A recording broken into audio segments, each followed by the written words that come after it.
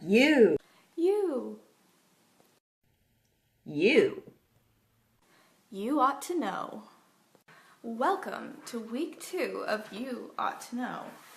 Today's topic is college stories from the college we both attended together. Weber State University, which is located in Ogden, Utah. So we were there, we were roommates for freshman year, and I wanted to start with us talking about why we went to Weber State. And my story is kind of interesting because I graduated my junior year of high school. I did a whole bunch of online classes. I started this in February, and graduation was the end of May. So I didn't have a lot of options for school, and Weber State was open enrollment. I'd heard a lot of good things. I knew they had a good nursing program. Their mascot's a wildcat, which is a cat, which is what I love. I love the color purple. I'm wearing purple eyeshadow today, rocking it. I don't have any of my Weber State gear on. But I basically just went out of convenience. So that's my story of why I chose Weber. That's really funny that you mentioned some of that stuff, because some of that's still the same reason that I went too. So yeah, like Alexis mentioned, we were in school together in 09, 010. That was my junior year that year. But it kind of felt like my freshman year, seeing as I had just changed majors. The reason why I chose Weber, so I didn't live in Utah. I had never been to Utah. I grew up in the Northeast and never left the Northeast in my tiny little sheltered life. And also for my high school career, I was homeschooled and didn't go to traditional schooling, and therefore I didn't have a high school transcript like normal people. And so I had this giant book of every university in the country, and I found some states that I was interested in, and then they had to be near a ski resort because I am huge into snowboarding, and that was a really important factor for me. And my original major was art, and so I had to have that as a degree as well. And Weber State had a 100% acceptance rate. And without a college or high school transcript or anything like that, I had my GED and my SAT scores and all that stuff. I was able to get into the school with no problem. Yay! But nonetheless, Weber is just genuinely a really great school. You know, everybody there looks at it as the commuter school, or almost like more like a community college. But it is honestly a state college and has really good programs. You know, in terms of continuing education and masters and stuff like that, debatable, but for your undergrad stuff, they have a lot of good stuff. Yeah, I was actually really surprised when I did the campus tour because everything looked really nice. You know, I had some great professors while I was there.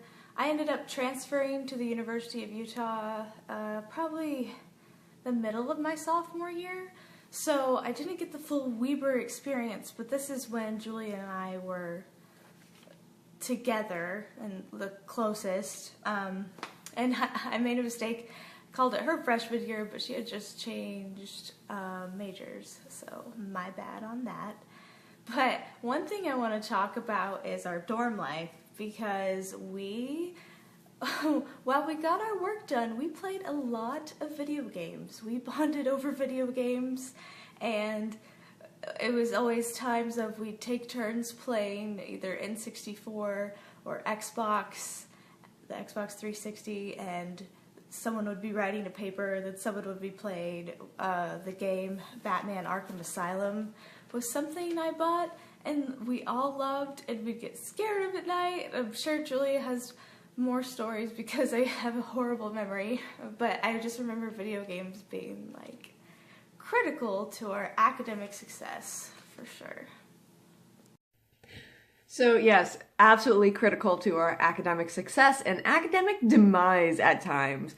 I'm pretty sure that you used to have your voicemail as, "Hi, you've reached Alexis's phone. I'm probably playing Batman Arkham Asylum right now. Leave a message. Bye."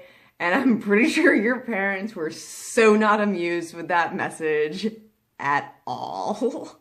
So funny, I barely remember that. But the thing is, I showed them my GPA and I was getting honors. I have the honor certificates downstairs if anyone needs proof.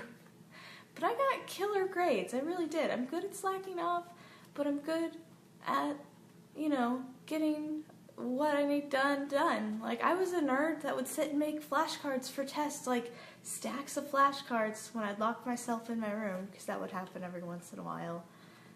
So I was a nerd that just liked some video games. Yeah. I just don't remember my grades suffering greatly, especially since I was just really good at writing papers, and that was never an issue. I also remember our other roommate playing a lot of Zelda, and I would watch that and work on things. And I remember you, like, beating the entire Pokemon Snap game, because I can't remember who had the N64, but I bought the Pokemon Snap game, and you're the one that played the entire thing. So yeah, I think that was Lindsay's N64. I think that came from her. And we went there was this cool store that was in Ogden called Gray Whale, I want to say. And they had, like, records and CDs and old video games. And that's where we'd be able to find N64 games. Because, like, there was kind of a market online for that kind of stuff, but not really. Like, back in 2009, it was still kind of close enough that people weren't looking at that system as super vintage at that point. At least I don't think so. Maybe I could be wrong. But yeah, we got Pokemon Snap, which is a big favorite of mine, to say the least. I am a huge fan of Pokemon Snap. I will sit through and play it in one sitting, like the whole thing, all the way through. That was my go-to game. And for Zelda, I never played Ocarina of Time. I always just watched. I would watch you guys, well, mostly Lindsay playing, and then she would also play Super Mario World. What else? We played a lot of Mario Kart too, I feel like. Yeah, N64 definitely like a huge game for us, but we got most of our bonding out of Batman Arkham Asylum for sure. I mean, that game was one of the most realistic type games I had played in a while. And we would play that at night with the lights out. And I remember we screamed so loud because the Scarecrow with, like, the syringes on his fingers, and he came around a corner, and I'm pretty sure our RA came over knocking on our door to see if we were okay because we were screaming so loud from a video game. Truth. And I'm pretty sure not only was it dark, I think it was stormy that night, only to add to the suspense of being caught as you're trying to walk around the walls and not get caught by Scarecrow. Trying to think, I love how this is turning into, like, video game stories. Maybe we should switch to, I wanted to talk about Rate My Professor, because that was a huge part of me choosing who I liked. It was basically a website you can go on. People give professors different ratings on different things, and you can basically decide, and they'll leave comments. You can decide if you like that person or not, or it would work well with that person, and it saved me so many times. But the most controversial rating, it was a little spicy chili for, like, hotness, and I'm like, is that really important to some people? I totally forgot about the spicy chili. Oh my god. Sometimes it was very disappointing if you had, like, a spicy chili professor and they had a very low rating. All they had going for them was spicy chili. But yeah, that was totally, I lived on Rate My Professor. It helped me kind of figure out, for me, it actually allowed me to take some classes that I never thought I would take just purely based off of the rating of the professor. Like, I never thought I would take biopsychology or psychopharmacology, but yet, like, that professor had such great ratings that I took it, and some of my favorite classes that I ever took. We definitely shared a lot of professors. Dr. Shaw, we had a lot of classes with. And then, I'm trying to think, did you have any classes with like Fowler or Dr. Ashley at all? Dr. Ashley was, he was pretty intense. I didn't make it that far up the psychology pyramid, whatever. I don't know, since I transferred. I'm trying to remember who I had. I feel bad, I can't remember his name. I took abnormal psych there, and he was an older gentleman that was kind of funny, that told stories of how life was like in certain units. But we took Dr. Shaw together, and I actually took 3 classes from her because I was in her intro class. I loved that so much and how she taught, and I just really clicked with that method, and I thought she was a nice, cool person, and it got me interested in child psychology and adolescent psychology, so I took those classes from her as well, and that really got me on a route, and like that's what I ended up working in for a while. So that was the one that stands out in my mind the most. But I did hear a lot of good things about Dr. Fowler, and yeah, so I'm trying to think, did we take any other classes together? Did we take an English class, or was that just Lindsay and I can't remember. It was in the second semester? I think we did. Yeah, we took like 2010 or something, I think. Is that right? Yeah, so you and Lindsay took your 1010 class together, and I had already taken that in freshman year. And then the second semester, we took 1020 together, all 3 of us. I don't remember our professor's name. I remember her being really young. I feel like we were one of her first classes that she taught. And I remember her going, "Whatever you do, don't talk about the 3 G's. Gays, guns, or God." And I was just like, okay, this is going to be interesting. She was really nice, and I think she meant just not to be controversial in our papers. Maybe. I think I'm still friends with her on Facebook. She seems pretty nice, and I think it was Whitby. I think she was working on her master's at the time. She seemed pretty chill. But I remember she was pregnant, and we had to change our class like halfway through the semester to online through Facebook, which was kind of odd, but it worked. So, I mean, that class was pretty chill. But other than that, I don't think we took any classes together. So, what shall we move on to next?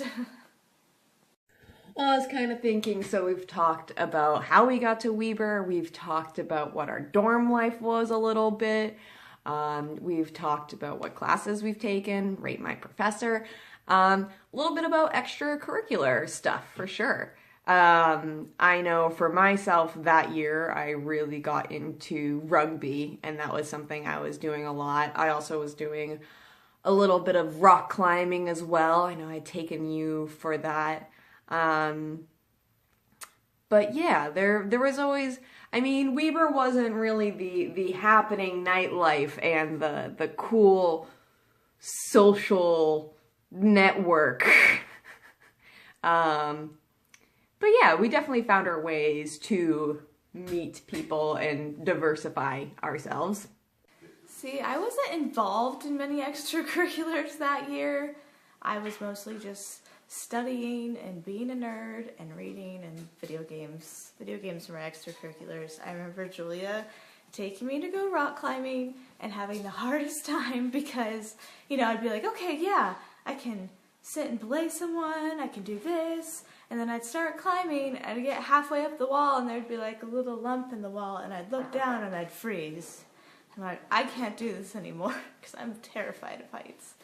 And then Yeah, Julia was playing rugby, and then one time in the union, there was, I don't know what event was going on, but there was randomly a mechanical bull set up that anyone could just ride, and Julia's like, I'm gonna ride it. So I'm like, I'll take a picture. So I have a picture of Julia riding a bull. I can't remember how long she lasted, but that was pretty entertaining, and yeah. I always say, I'm like, I was just a boring, nerdy college student making copious amounts of note cards and playing video games, and that is my life. I did ride a bull. I don't think I lasted that long. We did attempt to diversify our friendship and meet more people.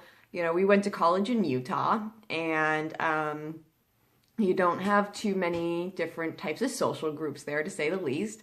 And so we decided to go check out Gay Straight Alliance, and a group had come to be at our school. And I feel like the first meeting we went to was a movie, and we just like sat in a conference room and watched a movie with a bunch of people who I don't think we even really talked to afterwards. Yes, Gay Straight Alliance. So that was an interesting experience for me because in my high school, I think someone tried to get one started, and again, being Utah, it got disbanded by parents. So I had no outlets as a teenager to like meet and talk to other people. So we're like, yeah, we're on a college campus, we can do this. But not that it was poorly run, it was just really small, and it's just like hard. You're still people, and it's not. You're not always going to get along or like click right away, but I was like so desperate for a girlfriend that year. I just wanted that experience. And like I dated one girl I had met from Gay Straight Alliance, and we weren't a good fit. And then there was like one other couple, and then a few guys that I was assuming were gay.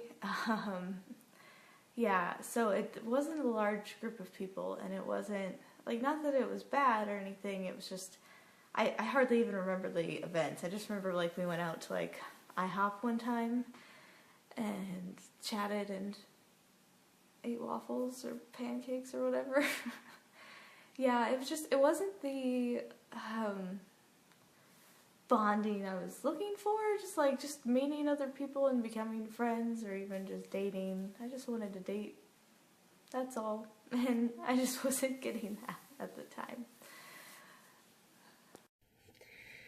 Dating in Utah, yeah, difficult thing. It was, yeah, GSA, you know, it would be cliche to say that most of the people there were part of the musical theater program, but most of the people there were part of the musical theater program. That was basically it.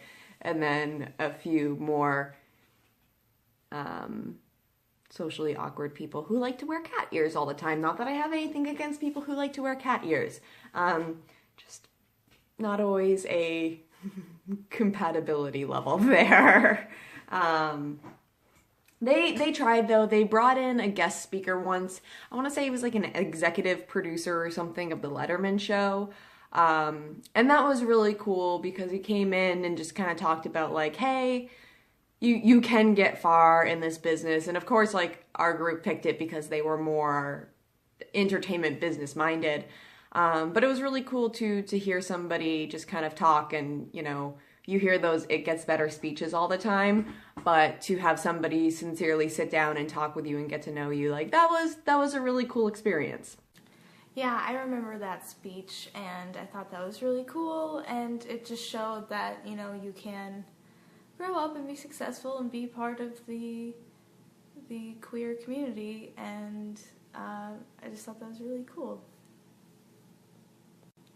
Well, everyone, you have just kind of small glimpse into what our lives were like in college, and I hope you enjoyed our stories, from video games to classes we shared to activities we were involved in, and to our small experience with the Weber State GSA, and we hope to expand on that topic more in the future.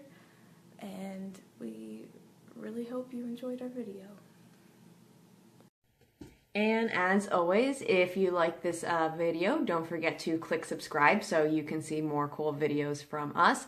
Also, don't forget to comment or like on the video, and then also follow us on Instagram, and then that way you will see when we post on Tuesdays what the next topic is going to be. Right now we're doing a video every other week, and so just make sure you keep an eye out for that, and if you have any topic suggestions, just comment them below.